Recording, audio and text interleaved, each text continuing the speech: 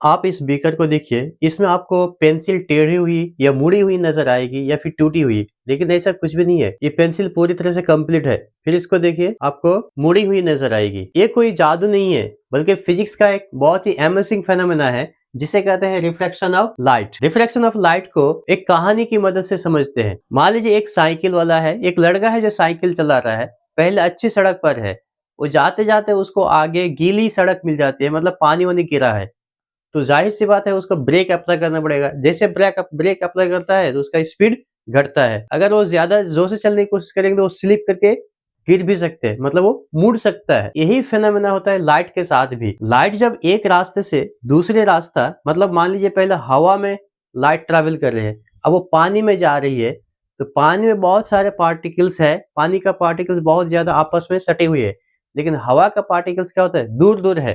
तो हवा में तो उसकी स्पीड बहुत ज्यादा थी, लेकिन जैसे ही पानी में घुसा तो उसकी स्पीड घट गई। अब स्पीड घटने की वजह से लाइट मुड़ गई, लेकिन लाइट जो हवा में स्ट्रेट लाइन में जा रही थी, वो अब पानी के अंदर भी स्ट्रेट लाइन में ही जा रही है। लेकिन सवाल ये है कि आखिर ये मुड़ी क्यों? मुड़ने की वजह मैं आपको समझाता हूँ एक और एग्जांपल के साथ। आप मॉल्स में जाते हैं, ट्रॉली लेके रहते हैं, ट्रॉली चलाते चलाते मान लीजिए एक व्हील्स है टाइल्स पे और दूसरी व्हील अचानक कारपेट पे पड़ जाता है, तो जो व्हील्स कारपेट पर पड़ता है उसकी स्पीड घट जाता है, तो तुरंत उधर वो मुड़ जाती है। यही कंडीशन होता है लाइट के साथ। लाइट तो एक स्पीड से आ रही थी, लेकिन जैसे ही एक दूसरी मीडियम मिल गई, दूसरे रास्ता मिल गई जहां पे रुकावटें पैदा हो रही है, तो वो मुड़ जाता है। तो रिफ्लेक्शन ऑफ लाइट का मतलब होता है कि बेंडिंग ऑफ लाइट्स, कि जब लाइट एक मीडियम से दूसरी मीडियम में जाती है तो वो मुड़ जाता है। लेकिन मुड़ता किधर है? हमने रिफ्लेक्शन ऑफ लाइट में पढ़े थे कि इसमें एक नॉर्मल भी होता है। तो चलिए नॉर्मल को समझते हैं कि नॉर्मल क्या होता है। मान लीजिए ये कोई मीडियम है, ये कोई सरफेस है, ओके। अब ये मेरा जो है रेयर मीडियम है, मतलब हवा है, हवा का पार्टिकल्स दूर दूर है, इसलिए हम इसको क्या कहते हैं, रेयर कह रहे हैं। अच्छा, रास्ता है, रास्ता को मैं फिजिक्स में मीडियम कह रहा हूँ। जहां मैंने रास्ता का यूज किया उसकी जगह मैं क्या यूज कर रहा हूँ, रेयर। तो रेयर मीडियम है, और ये ट्रैवल कर रहा है कहाँ से, एयर से। तो मान लीजिए लाइट यहां से पास हो रही है, तो जब लाइट पास हो रही है तो ये जो लाइट गिरी इस सरफेस के ऊपर, तो इसको हम कहते हैं incident raise. Incident raise. Light को सीधी चली जानी चाहिए क्योंकि ये स्ट्रेट लाइन में जाती है, लेकिन नीचे क्या है, वाटर है या फिर कांच है। अब यहाँ पे वाटर और या फिर या कांच के पार्टिकल्स बहुत आपस में सटे हुए, जाहिर सी बात है अब इसकी स्पीड घट जाएगी। मान लीजिए इधर है वाटर। नॉर्मल क्या होता है, एक imaginary perpendicular line to the surface. जैसे मैंने एक खींच लिया, ये मेरा नॉर्मल है। एक इमेजिनरी लाइन है, वो लाइन दिखता नहीं है, जैसे मैंने इसमें बेंड किया था, बीकर में दिखाया था, तो इसमें भी एक नॉर्मल थे, वो एक इमेजिनरी है। अब सवाल है कि ये जो इंसिडेंट रे था और ये अभी रिफ्लेक्टेड रे नहीं है। अब ये रिफ्रैक्ट होगा किधर, या तो इधर नॉर्मल की तरफ, या तो फिर नॉर्मल से दूर भागेगा। इसको भी हम एक कहानी से समझ सकते हैं। मान लीजिए आप पैदल चल रहे हैं और खुली सड़क पे है। जब आप खुली सड़क पे है तो आप इधर उधर घूम घाम के चल सकते हैं, लेकिन जैसे आप मार्केट या भीड़ भाड़ इलाके में जाते हैं तो अपने आप को समेटना पड़ता है। अगर फुटपाथ है तो फुटपाथ की तरफ समेटना पड़ता है दूसरों को रास्ता देने के लिए। उस फुटपाथ को आप मान लीजिए कि नॉर्मल है, मतलब आप नॉर्मल की तरफ घिसक गए। जब हम खुली रास्ते से भीड़ भाड़ वाले इलाके में गए तो हम नॉर्मल की तरफ चिपक गए। अब हम देखते हैं कि मार्केट जैसे खत्म हुआ, भीड़ भाड़ वाले की जैसे इलाका खत्म हुआ, फिर आगे नॉर्मल रास्ता में, मतलब खुली हुई रास्ता में, तो क्या फिर भी मैं चिपक के रहूंगा, अपने आप को समेट के रखूंगा? नहीं, अपने आप को समेटूंगा नहीं, पूरी तरह से खोल दूंगा। अब इधर उधर मस्त तरीके से चलता रहूंगा, मतलब उस नॉर्मल से मैं दूर भागूंगा। तो मेरा कहने का मतलब है कि जब ये रेयर मीडियम था और डेंसर मीडियम में आएगा तो लाइट क्या होगा, इस नॉर्मल की तरफ बेंड हो जाएगा, जैसे मैंने फुटपाथ वाला एग्जांपल दिया था। तो लाइट को मुड़ जाना चाहिए किधर, इधर। इसको कहते हैं refracted rays, refracted ray. Angle जब भी बनता है नॉर्मल के साथ ही बनता है। तो ये वाला था नॉर्मल, नॉर्मल के साथ इंसिडेंट रे का एंगल जो बना उसे हम कहते हैं इंसिडेंट एंगल। अब ये था रिफ्लेक्टेड रे, और नॉर्मल के साथ जो एंगल बनेगा उसका हम कहेंगे रिफ्रैक्टेड एंगल। इसको हम आर से दिखाते हैं। अब हम देखते हैं कि ये कहाँ था, ये रेयर टू डेंसर था, R टू D।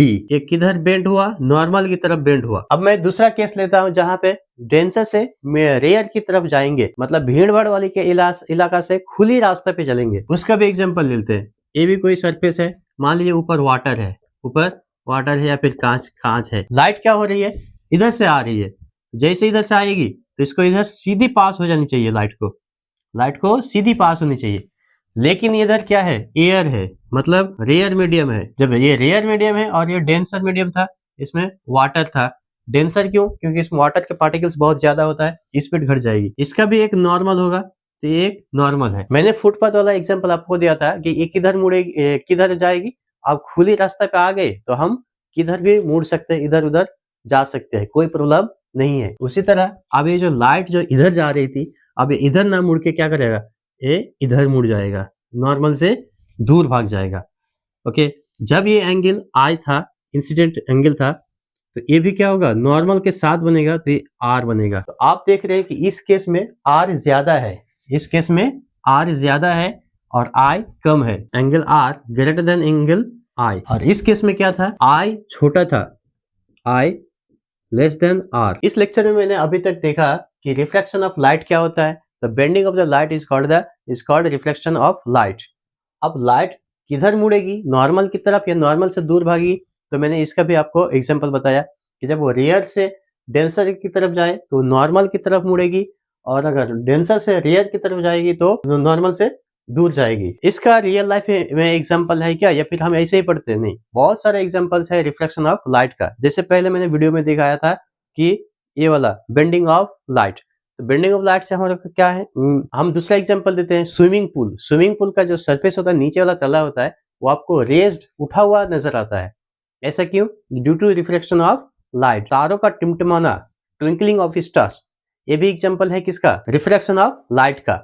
ऐसा क्यों होता है, तारों से जो रोशनी आती है, लाइट आती है, और हमारे एटमॉस्फेयर में कहीं पे हवा ज्यादा है, कहीं पे क्लाउड है, तो वो अपना रास्ता बदलता रहता है।